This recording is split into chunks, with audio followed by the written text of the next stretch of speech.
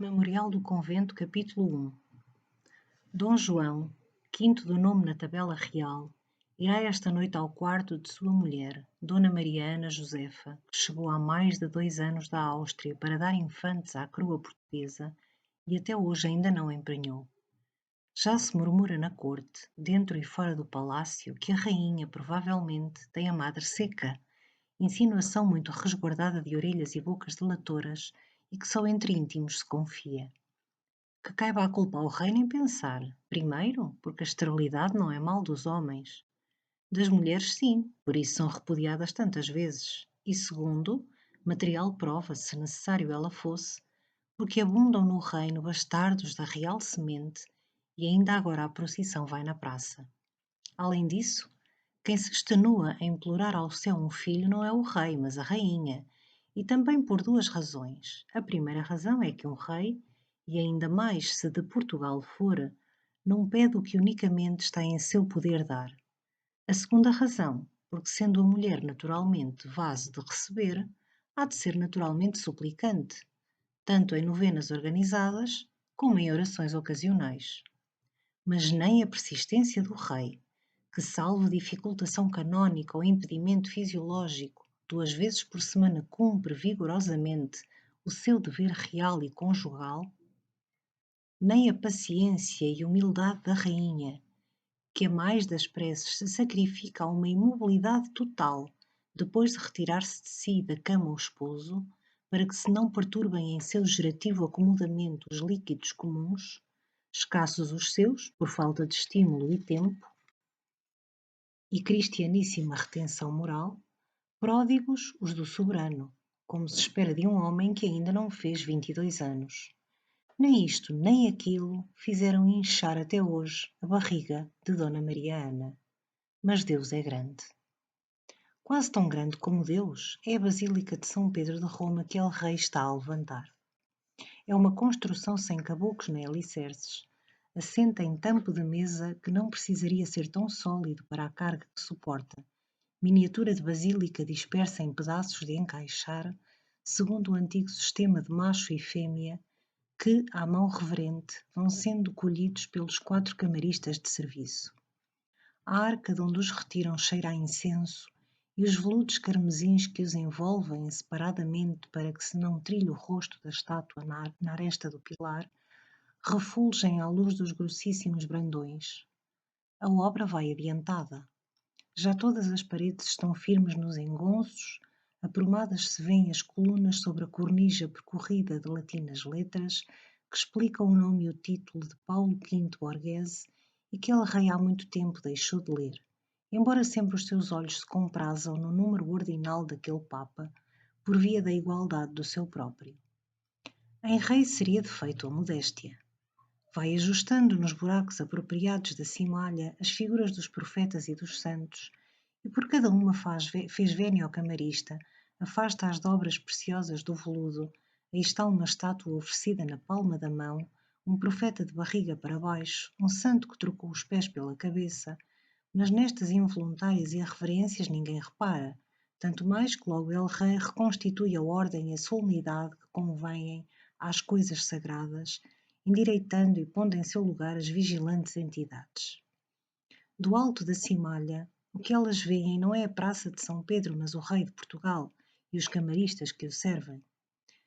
Vêem o soalho da tribuna, as luzías que dão para a capela real e amanhã, à hora da primeira missa, se entretanto não regressarem aos veludos e à arca, onde vir El Rei devotamente acompanhando o santo sacrifício com o seu séquito, de que já não farão parte estes fidalgos que aqui estão, porque se acaba a semana e entram outros ao serviço. Por baixo desta tribuna em que estamos, outra há, também velada de gelozias, mas sem construção de armar. Capela fosse ao eremitério, onde apertada assiste a rainha ao ofício, nem mesmo a santidade do lugar tem sido propícia à gravidez. Agora só falta colocar a cúpula de Miguel Ângelo, aquele arrebatamento de pedra aqui em fingimento, que por suas excessivas dimensões está guardada em arca à parte, e sendo esse o remate da construção, lhe será dado diferente aparato. É o de ajudarem todos ao rei, e com um ruído retumbante ajustam-se os ditos machos e fêmeas nos mútuos encaixes e a obra fica pronta. Se o poderoso som que ecoaria por toda a capela pôde chegar, por salas e extensos corredores, ao quarto ou câmara onde a rainha espera, fica ela sabendo que seu marido vem aí.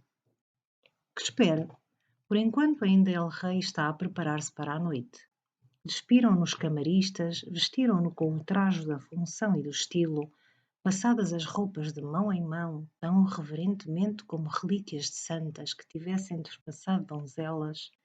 E isto se passa na presença de outros criados e pajens, este que abre o gavetão, aquele que afasta a cortina, um que levanta a luz, outro que lhe modera o brilho, dois que não se movem, dois que imitam estes, mais uns tantos que não se sabe o que fazem nem por que estão. Enfim, de tanto se esforçarem todos, ficou preparado El Rei. Um dos fidalgos retifica a prega final, outro ajusta o cabeção bordado. Já não tarda um minuto que Dom João V se encaminha ao quarto da rainha.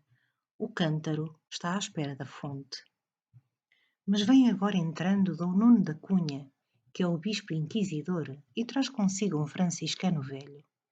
Entre passar adiante e dizer o recado, há vénias complicadas, floreios de aproximação, pausas e recuos, que são as fórmulas de acesso à vizinhança do rei, e a tudo isto teremos de dar por feito e explicado, vista a pressa que traz o bispo e considerando o tremor inspirado do frade.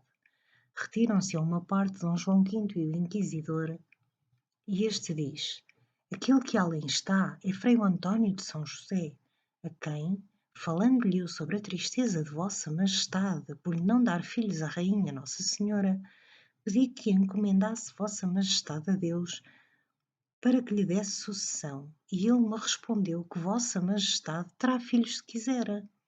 E então perguntei-lhe que queria ele significar com tão obscuras palavras, porquanto é sabido que filhos quer Vossa Majestade.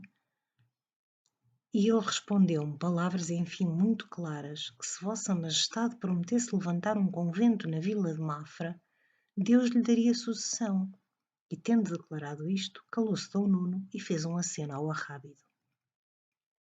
Perguntou El Rei: é verdade o que acaba de dizer-me Sua Eminência, que se eu prometer levantar um convento em Mafra, terei filhos? E o frade respondeu: verdade é, senhor, porém só se o convento for franciscano. E tornou El Rei: como sabeis? E Frei António disse: sei, não sei como vim a saber. Eu sou apenas a boca de que a verdade se serve para falar. A fé não tem mais que responder. Construa Vossa Majestade o convento e terá brevemente sucessão. Não o construa e Deus decidirá. Com um gesto mandou El Rei ao arrábido que se retirasse e depois perguntou a Dom Nuno da Cunha: é virtuoso este frade? E o bispo respondeu: não há outro que mais o seja na sua ordem. Então Dom João, o quinto de seu nome, assim assegurado sobre o mérito do empenho, levantou a voz para que claramente o ouvisse quem estava e o soubessem amanhã cidade e reino.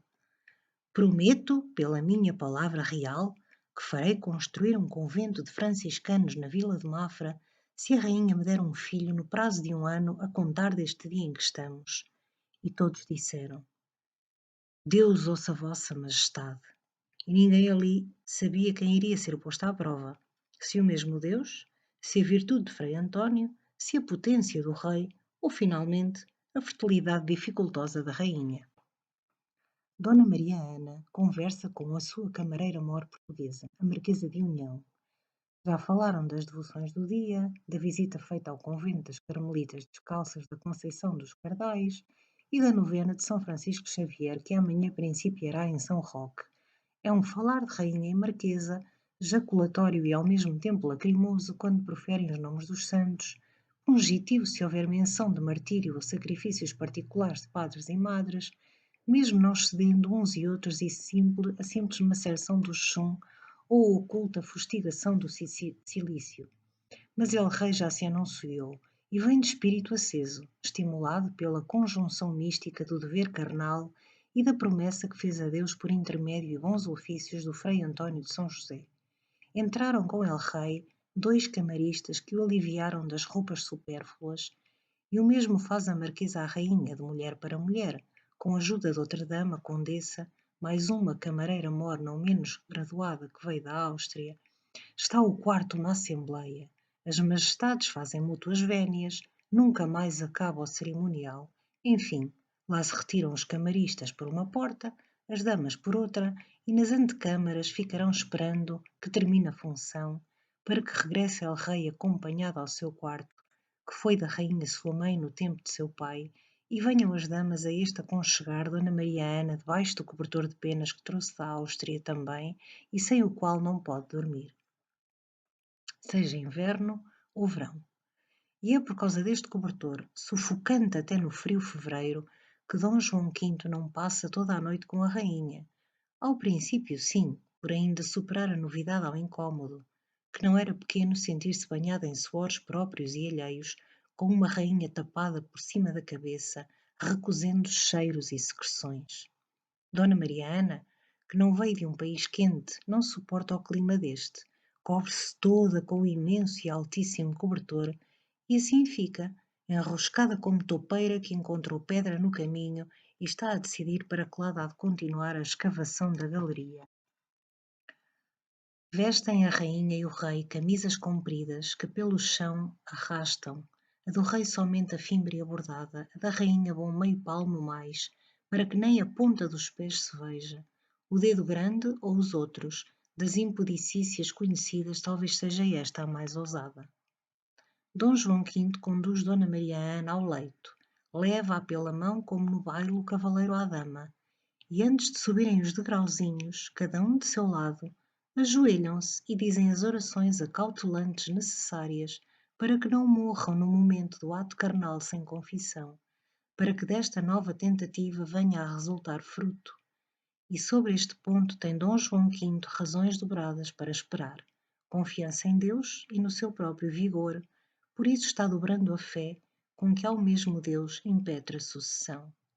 Quanto a Dona Maria Ana, é de crer que esteja rogando os mesmos favores, se porventura não tem motivos particulares que os dispensem e sejam segredo do confessionário. Já se deitaram.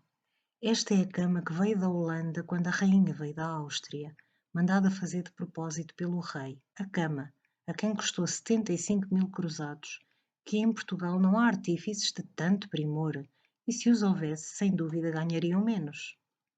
A desprevenido olhar, nem se sabe se é de madeira um magnífico móvel, coberto como está pela armação preciosa, tecida e bordada de florões e relevos de ouro, isto não falando do dossel, que poderia servir para cobrir o Papa. Quando a cama aqui foi posta e armada, ainda não havia percevejos nela. Tão nova era, mas depois, com o uso, o calor dos corpos, as migrações no interior do palácio ou da cidade para dentro, de onde este bichedo vem é que não se sabe. E sendo tão rica de matéria e adorno, não se lhe pode aproximar um trapo a arder para queimar o enxame. Não há mais remédio, ainda não sendo, que pagar a Santo Aleixo 50 reis por ano, a ver se livra a rainha e a nós todos da praga e da coceira. Em noites que vem el rei, os percevejos começam a atormentar mais tarde por via da agitação dos colchões. São bichos que gostam de sossego e gente adormecida. Lá na cama do rei estão outros à espera do seu quinhão de sangue, que não acham nem pior nem melhor que o restante da cidade, azul ou natural. Dona Maria Ana estende ao rei a mãozinha suada e fria, que mesmo tendo aquecido debaixo do cobertor logo arrefece ao ar gélido do quarto. E el rei, que já cumpriu o seu dever e tudo espera do convencimento e criativo esforço com que o cumpriu, beija-lhe como a rainha e futura mãe, se não presumiu demasiado Frei António de São José. É Dona Maria Ana quem puxa o cordão da sineta. Entram de um lado os camaristas do rei, do outro as damas. Pairam cheiros diversos na atmosfera pesada. Um deles que facilmente identificam que sem o que a isto cheira não são possíveis milagres como o que desta vez se espera, porque a outra, e tão falada em incorpórea fecundação, foi uma vez sem exemplo, que só para que se ficasse a saber que Deus, quando quer, não precisa de homens, embora não possa dispensar-se de mulheres. Ainda que insistentemente tranquilizada pelo confessor, tem Dona Maria Ana, nestas ocasiões, grandes escrúpulos de alma. Retirados el-rei e os camaristas, deitadas já as damas que a servem e lhe protegem o sono, sempre cuida a rainha que seria sua obrigação levantar-se para as últimas orações. Mas tendo de guardar o choco por conselho dos médicos, contenta-se com murmurá-las infinitamente, passando cada vez mais devagar as contas do rosário, até que adormece no meio de uma Ave-Maria cheia de graça. Ao menos com essa foi tudo tão fácil. Bendito seja o fruto do vosso ventre. E é no do seu ansiado próprio que está pensando. Ao menos um filho, Senhor, ao menos um filho. Deus involuntário, o orgulho nunca fez confissão por ser distante e involuntário, tanto que se fosse chamado a juízo juraria com verdade que sempre se dirigira à Virgem e ao ventre que ela teve. São meandros do inconsciente real, como aqueles outros sonhos que sempre Dona Maria tem. Vá lá explicá-los quando ela rei vem ao seu quarto, que é ver-se atravessando o terreiro do paço para o lado dos açougues, levantando a saia à frente e patinhando numa lama aguada e pegajosa que cheira ao que cheiram os homens quando descarregam, enquanto o infante Dom Francisco, seu cunhado, cujo antigo quarto agora ocupa, alguma assombração lhe ficando, dança em redor dela, empoleirado em andas, como uma cegonha negra. Também deste sonho nunca deu contas ao confessor, e que contas saberia ele dar-lhe por sua vez, sendo como é, caso omisso no manual da perfeita confissão. Fique Dona Mariana em paz adormecida, invisível sobre a montanha de penas, enquanto os percevejos começam a sair das fendas, dos refegos, e se deixam cair do alto do céu, assim tornando mais rápida a viagem. Também Dom João V sonhará esta noite.